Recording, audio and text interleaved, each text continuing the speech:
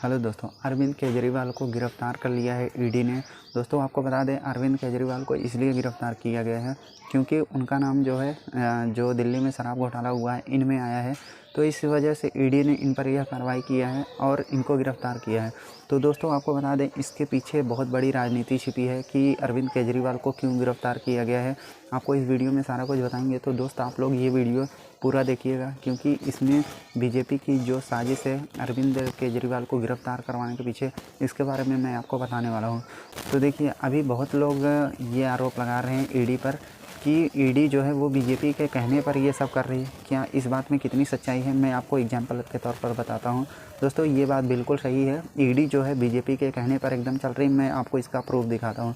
देखिए, अगर अरविंद केजरीवाल ने शराब घोटाला किया है, उनको शराब घोटाले की वजह से ईडी ने पकड़ा है, तो बीजेपी में तो ऐसे कई मंत्री हैं जिन्होंने घोटाला किया है और वो बीजेपी में जाकर सेफ हो गए हैं। अभी उनको देखिए, ज्योतिरादित्य सिंधिया जो पहले कांग्रेस में थे, उनके ऊपर ज़मीन घोटाले का जो है आरोप था, तो वो बीजेपी में शामिल हो गए। उन पर ईडी ने कोई कार्रवाई नहीं की। ये तो हो गया ज्योतिरादित्य सिंधिया। अभी देखिए, अजीत पवार जो हैं, इन पर भी सिंचाई घोटाले का आरोप है, लेकिन ये बीजेपी में आते ही पूरी तरह से वॉशिंग मशीन में जैसे कोई गंदा कपड़ा धुल जाता है, उसकी सफाई चमचमाने लगती है।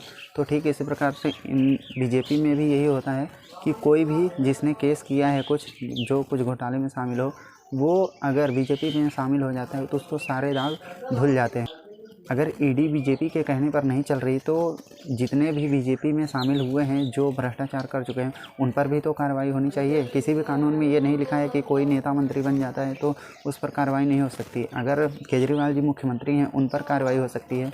तो अजीत पवार हो गए, ज्योतिरादित्य सिंधिया हो गए, और भी बहुत सारे नेता हैं जो बीजेपी में शामिल हो गए हैं भ्रष्टाचार करके, तो उन पर कार्रवाई क्यों नहीं होती। तो सीधी सीधी बात है कि जब भी चुनाव आता है, ये बीजेपी का फंडा है कि जो मतलब अदर पार्टी के नेता हैं, जो उभर रहे हैं, जिनको लोग ज़्यादा पसंद कर रहे हैं, उन पर मतलब बदनाम करने का ऐसा तरीका अपनाओ कि जनता के मन में ये नेगेटिविटी बैठ सके कि हाँ, ये नेता सही नहीं, ये घोटालेबाज है।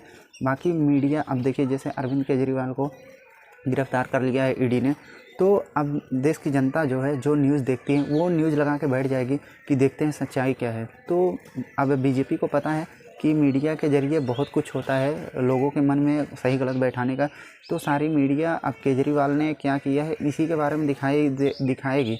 बाकी बीजेपी में कितने मतलब दागी नेता हैं, बागी नेता हैं, उनके बारे में नहीं दिखाएगी, क्योंकि ये बीजेपी के कहने पर चलती है। और विपक्षी पार्टियों के नेताओं के जो बड़े नेता हैं, उनको बदनाम करना ये उनकी साजिश होती है और कुछ नहीं। आपको बता दें कि केजरीवाल जी पर सिर्फ आरोप है और ये आरोप साबित नहीं हुआ है। अभी जब तक चुनाव है, इनको बदनाम करने की पूरी कोशिश की जाएगी। अभी देखिए, इलेक्टोरल बॉन्ड वाला जो केस हुआ था, इसमें बीजेपी वालों ने एसबीआई से बोला होगा, तभी इसने बोला कि ये जो ब्यौरा है हम इलेक्टोरल बॉन्ड वाला वो चुनाव बाद दे देंगे।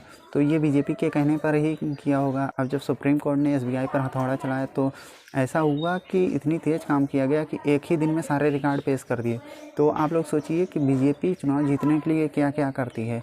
विपक्षी पार्टी के जो नेता हैं, उनको बदनाम करके उनको जेल में डलवाना, ईडी की रेड पड़वाना, जो इनमें शामिल हो जाए उनको भ्रष्टाचार मुक्त कर देना। कैसी सरकार है, समझ नहीं आ रहा है। अब मैं लास्ट में एक ही बात कहना चाहूँगा कि अगर ईडी बीजेपी के कहने पर नहीं चल रही है तो ये उन नेताओं पर कार्रवाई क्यों नहीं करती जो घोटाला करके बीजेपी में शामिल हो गए हैं। इन पर भी तो कानून लागू होना चाहिए। अगर मुख्यमंत्री पर कानून लागू हो सकता है, ईडी रेड मार सकती है, तो फिर जो नेता घोटाला करके बीजेपी में शामिल हो गए हैं, उन पर कार्रवाई क्यों नहीं होती। दोस्तों इस वीडियो में इतना ही। आपको ये वीडियो कैसा लगा कमेंट बॉक्स में ज़रूर बताएं, और ऐसी ही और राजनीति पॉलिटिक्स वाली वीडियो के लिए हमारे चैनल को दोस्त सब्सक्राइब करें।